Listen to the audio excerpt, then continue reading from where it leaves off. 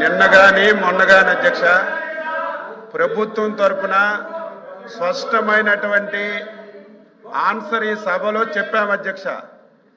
3 రోజులుగా కావాలని చెప్పి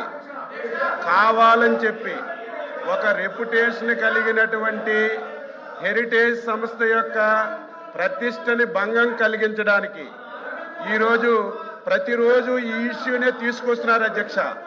నేను మొన్నే చెప్పాను, ఏదైతే ఇందాపూర్ డైరీకి హెరిటేజ్కి ఎక్కడైనా సరే ఏసమంత సంబంధం ఉంది అంటే ఆధారాలు మీరు తీసుకురండి.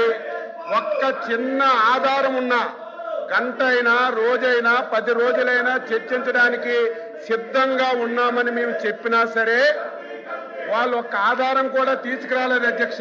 తీసుకురాకపోగా నేను మాట్లాడినటువంటి మాటల మీద బయటికెళ్ళి leader of opposition press meet పెట్టాడు అధ్యక్ష. ఏమని పెట్టాడు? ఆధారాలు చూపించాడు అధ్యక్ష.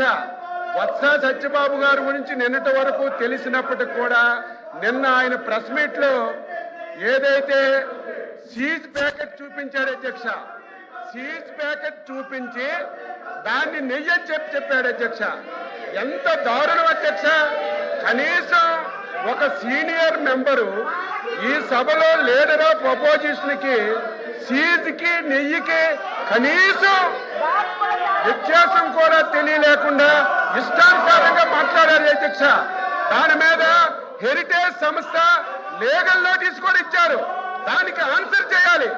వీళ్ళకి ఏమాత్రం సిగ్గున్నా ఏమాత్రం విశ్వసనీయత ఉన్నా ఛాలెంజ్ చేశాం అధ్యక్ష, ఛాలెంజ్ చేశాం.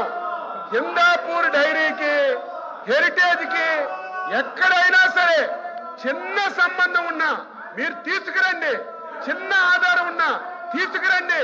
గంటలు చర్చిద్దామంటే తీసుకురాకపోగా కనీసం పరిజ్ఞానం లేకుండా సీజ్ ప్యాకెట్ ను చూపించి ఇది నెయ్యి అని చెప్పి లీడర్ ఆఫ్ అపోజిషన్ మాట్లాడుతుంటే సత్యబాబు గారిని ఏమనాలో అర్థం కాలేదు.